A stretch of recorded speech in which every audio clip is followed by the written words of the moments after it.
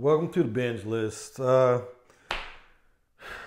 hate this. I was just setting up a minute ago. Decided to check the news, see what's going on.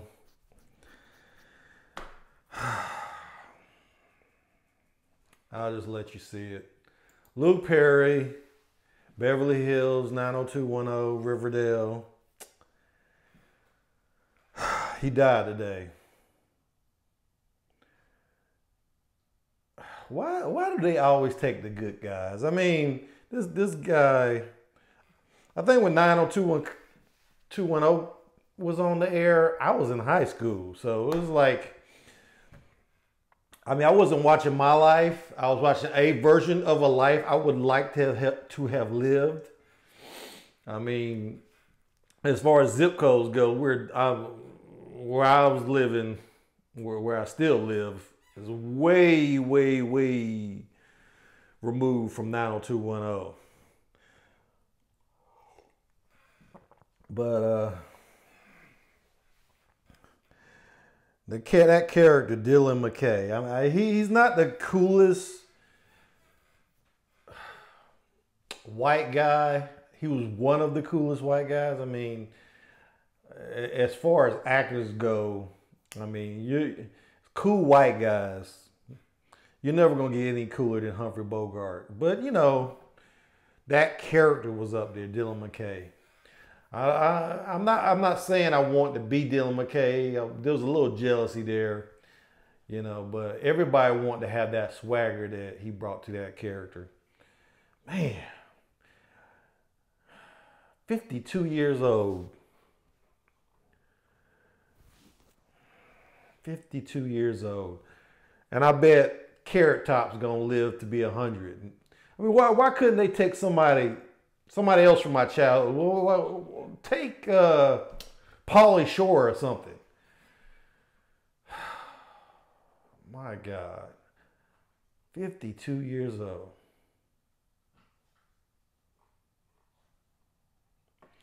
All right, well, enough of that. I'll pour out some coffee for you, Luke. You were one of the good ones, man. What I wanted to focus on today was, if you have time, watch this interview with JB Smoove. This guy's just hilarious. This interview's on the Build series. It's 43 minutes long. I just kind of locked into it because he's talking about Larry David. Now, I think Larry David is a genius, although I haven't seen most of Curb Your Enthusiasm. I've seen maybe 3 or 4 episodes. From what I've seen, you know, it's great. And this character that he created, Leon, I mean, JB Smoove is actually promoting a book, the Book of Leon.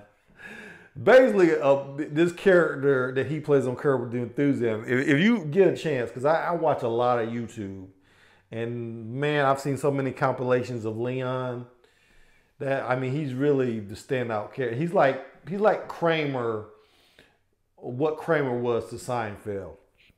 He's basically that character on Curb Your Enthusiasm. But if you if you get some time, watch some compilations, because what JB Smoove does with that character is just genius. But a lot of that, I guess, is not really scripted though. So a lot of that genius has to do with JB Smoove.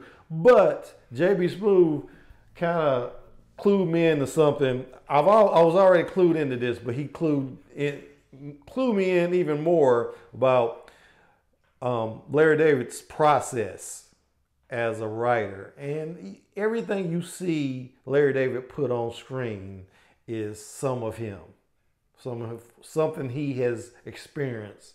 And this story JB tells about his birthday party kind of demonstrates that. So I'll just let the clip do the talking. I'm going to play a little bit of this. He's still spending Seinfeld money. Larry, I call him Larry Loaded. That's a good name, Larry Loaded. I like that name. Loaded Larry, or Larry Loaded. Larry Loaded sounds better. Larry Loaded sounds better. Loaded sounds better. You guys kind of have like a comedy dynamic off screen as well. You turned into a a sort of, when you go out together, it's almost like this duo happens naturally, right? Let me tell you something. We went to what premiere was that for a movie? We went to what movie? We went to a movie premiere that the Farley brothers were having, and I parked my car in the underground garage on Hollywood Boulevard, and I'm parking my car, my wife out the car, and then I see Larry's little Prius pull up. He drive that little punk ass car. He pull up that goddamn Prius. I said, oh, you really do drive a Prius, huh? Not just on the show, you drive a little Prius in real life too, you know? And I know the color of his car, so I knew it was him. He pulls up, hey, look what's here, right? And we started walking together to the premiere. It was like a good block and a half. When I tell you, you would have thought it was the freaking Rose Bowl parade, man. People are like, these two dudes really walk together and hang out together? It was so damn funny. Us walking down the street together, it just looked so crazy and so funny, but you know, we do check on each other here and there. I check on him all the time. If I'm near his office, I go by his office. Hell, I invited Larry to my 50th birthday party, man. It was bananas, man. You know, and sometimes you want to have your 50th birthday party gotta be big. So if anybody here is turning 50, you 50? You're 60. You're old. You know, when you turn 50, do you have it was a big party? But bigger than your 50? No, 50 is always bigger than your 60, man. Oh. Half a century. That's the best. That's what you got to do the half a century party. 60 is an odd number. That's a weird number. That's a weird ass number. But you know, to each his own. You up. To each his own. You had your chance. But you're around till 60s. That's still good. Shit, you're still doing good. So I had this big party. So, you know, I invited Larry to my party. You know, the first time I didn't think he would come. But he said, hey, I'm coming. Hey, I'm coming. Larry came, Jeff came. It was like 350 people there. The party was beautiful. You know, I invited Larry. Larry shows up early as hell. Like, you know, I call it white man early. He showed up white man early. I said, Larry, why you so goddamn early to my party, man? Larry was the first one there. Now I had it in the SLS Hotel in Hollywood. So I'm up in my room. I had a party planner. You know, you get a party planner. They plan it all out. You stay in your room until I'll tell you when to come down when the party is popping. I want you to do a grand entrance. Larry didn't know nothing about that kind of stuff. I don't think Larry ever been to a real birthday party in his whole life. You know, he might have little events at his house, little get-together, little hors d'oeuvres and shit like that, but he never had no real party. Let me tell you something, man. I'm upstairs in my room, the phone ring, Larry calls my goddamn room. Hey, man, hey, what's going on? I said, what's going on? I'm in my goddamn hotel room getting dressed for my party. Why are you down here? I said, Larry, you know how early it is right now? Why would you come this early to anybody's birthday party? My friend, my guy took the phone. Yeah, man, I just got the phone back from Larry. Hey, man, Larry early as hell, man. Larry could have been setting the party up. He's so early. I said, you tell Larry, and this is how we do in real life. You think it's just on camera, these two guys, but Larry and JB really go through it sometimes. I said, Larry, God damn it, look, man, I told my guy, you tell Larry, I'm coming down, make a grand entrance. That's how black people do it, God damn it. You tell him that, exactly. So I finished getting dressed.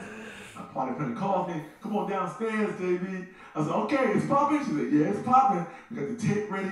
I had this party laid out, man. I had an Obama impersonator. He did it was freaking crazy, man. So my buddy Reggie, he's an Obama impersonator. He did a full little, just happy birthday. He did a video. It was freaking hilarious. You know, Sasha and Michelle and everybody wish you happy birthday. It was so amazing.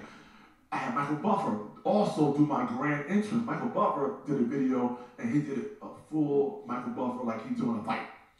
You ready for the extravaganza? He did the whole thing, man. And see, you gotta pay. A lot of people don't know this shit, but you gotta pay his ass to say his real one. Oh yeah. You know, you gotta pay for that shit. But he changed the words around. You do that shit for free.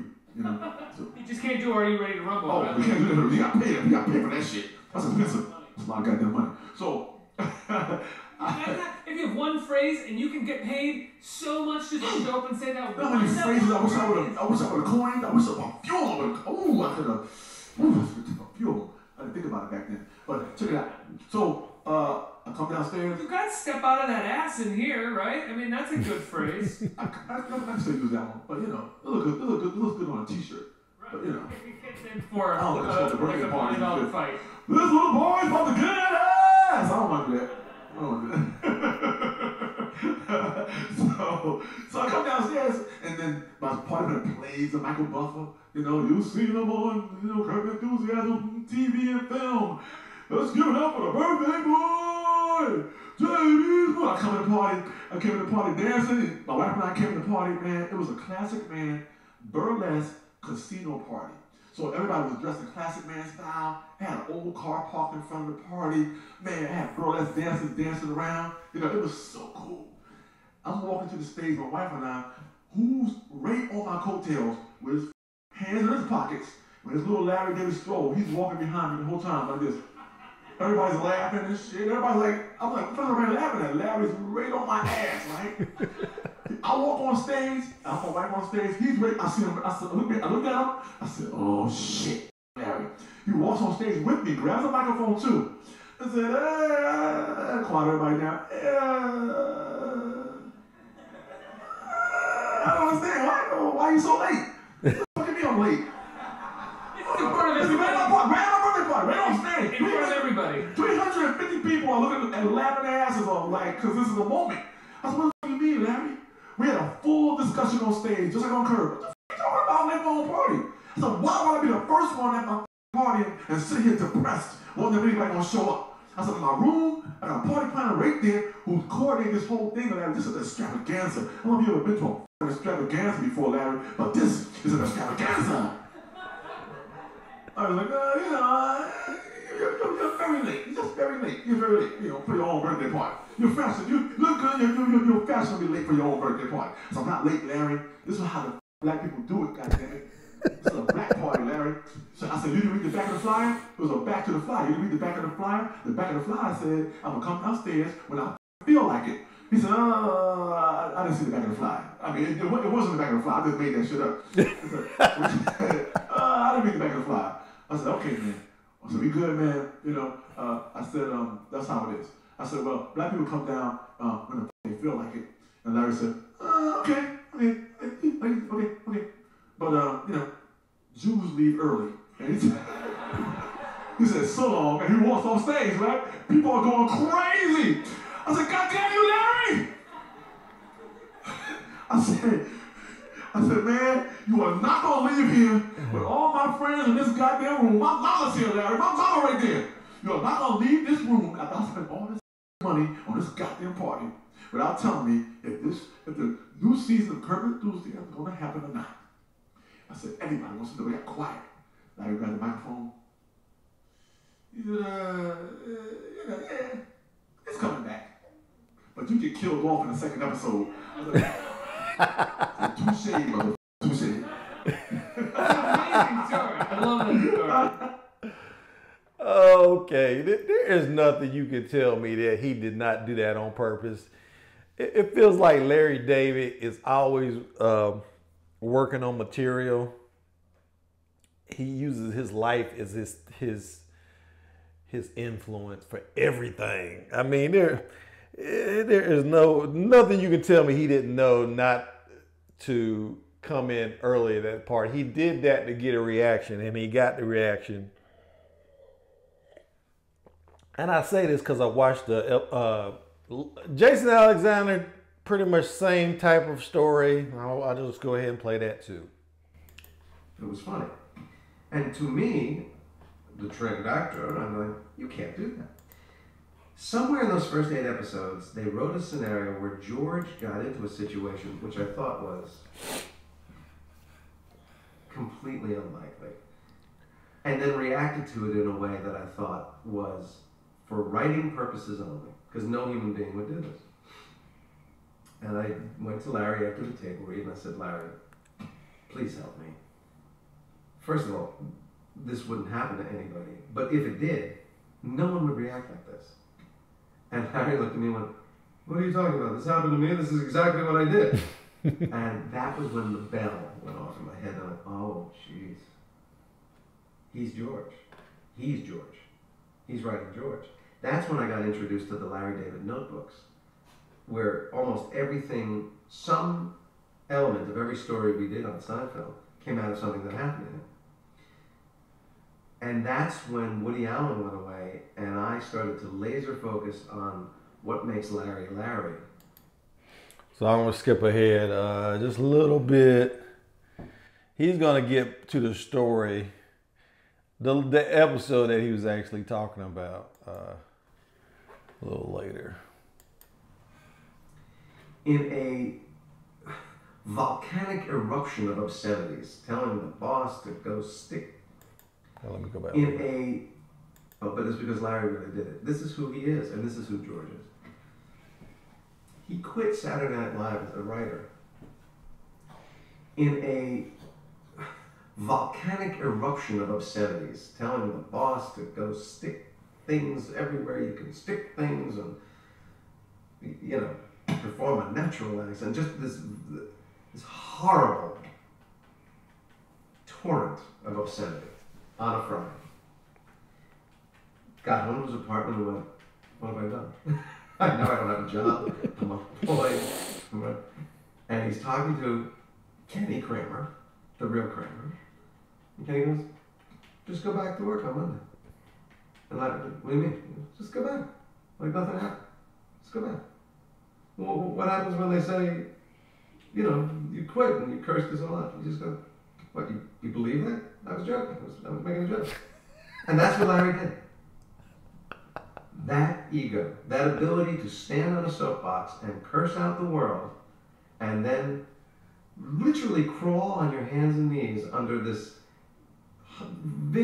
thinly veiled lie on Monday morning going, I was kidding. That's George. That's George. And the only difference, I think, between my George and Larry's George is I think the balance was a little more on the I'm worthless, I have nothing to offer, than the soapbox. And on Curb, Larry leans on the soapbox because that show is about living in the land of the uncomfortable. So I ended there, but probably I'll link to both of these clips. But I don't know. I just thought it was interesting because I'm always interested in how, as a writer who's yet to be successful, I might add. I've written a bunch of stuff though. If I ever do sell something, oh man, I'm going to have a backlog of stuff to maybe sell. But anyway, it just shows me the genius of Larry David, that he was able to incorporate so much from his life. And I would say to anybody trying to write that the only thing you can really bring to the table at the end of the day, if you don't, besides your talent, is you. So that's the only point I would like to make, because I just think he's a genius, and just demonstrate. You might think your life is boring, but I guarantee you there's something that happens to you or is happening to you right now that you could probably dramatize, that's very human, that other people can relate to. Because I remember that episode. We've all had that episode that Jason Alexander was referring to, where George quits his job and then he comes back the next Monday like nothing happened. And we all wanted to do that, right? We all wanted.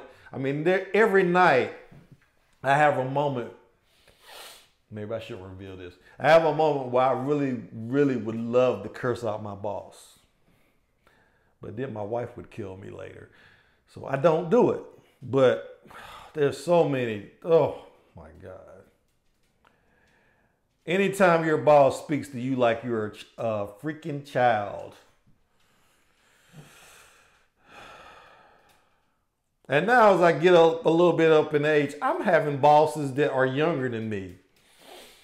It just, man, it's like, dude, I'm like 10 years older than you, and you're trying to tell me, and I have a boss, Not only have I been there longer than him, he got hired from some other company where he was a manager. Not only have I been there longer than him, but I got at least 10 years on him. He comes in and he's questioning everything I did. I'm like, dude, really? And he doesn't know what he's talking about at all.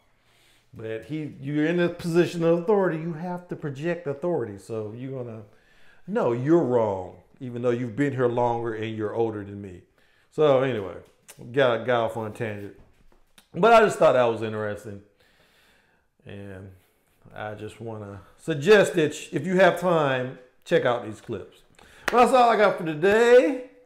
I'd like to thank my sponsors. Not my sponsors, my subscribers. I don't have sponsors yet, but I'm maybe getting there. I'd like to thank my subscribers and encourage you, if you're watching this and you've gotten to this point, you obviously like what you see. So go ahead and hit that subscribe button. But until then, I will see you when I see you. Thanks for watching.